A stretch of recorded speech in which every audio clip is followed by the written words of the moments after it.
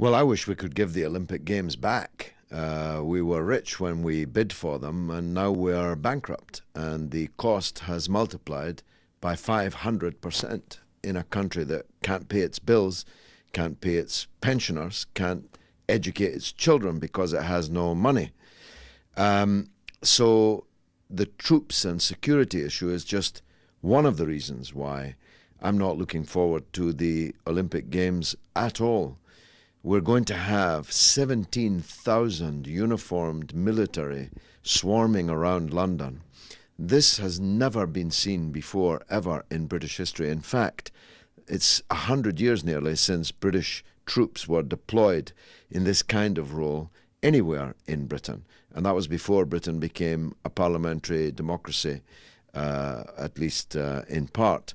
So it's the militarization and the commercialization of the Games which has turned so many people in Britain off, and why so many people in Britain are dreading the arrival of this great festival of profit and cant and hypocrisy.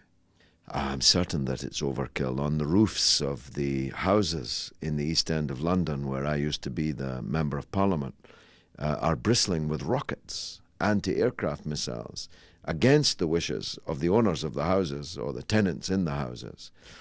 17,000 military personnel, plus thousands of private security personnel. If the Olympic Games needs that much protecting, then I think we have to look again at the current form of the Olympic Games. I have argued for a decentralized Olympic Games taking place in several countries at the same time. There's no need for every single sport, especially as the list of sports gets ever more obscure and ever longer, to be all assembled in the single city as they currently are.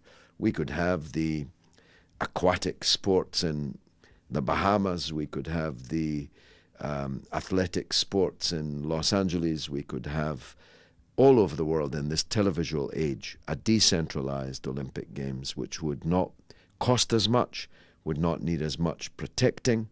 At least the cost of the protecting would be spread, and I think it would involve far more people in the Olympic Games. The Blair government made Britain one of the most hated countries on the earth, probably one of the three most hated countries on the earth after the United States and Israel. And the governments that have come after Mr. Blair have shown no signs of pulling back from the things that made us so hated. So undoubtedly it's a provocation for Britain to be holding the Olympic Games to those countries and people whom Britain has played a decisive, pivotal role in invading and occupying and killing over this last decade or more. And that's another reason why I thought that the application for the Olympic Games by Britain was a very bad idea. The ordinary people in Britain, in the opinion polls, show no excitement whatsoever for the forthcoming Olympic Games. Only 4% of the people of Britain say that they are likely to do more sport as a result of the Olympic Games. 59% of the people say that they will not be watching most of the Olympic Games coverage. Some of these sports are so very exclusive in the numbers of people who follow them. The rowing and yachting and lifting of heavy weights and so on. No doubt there's a place for it, but there's not much appetite for it amongst the great British public, especially as we're paying for it.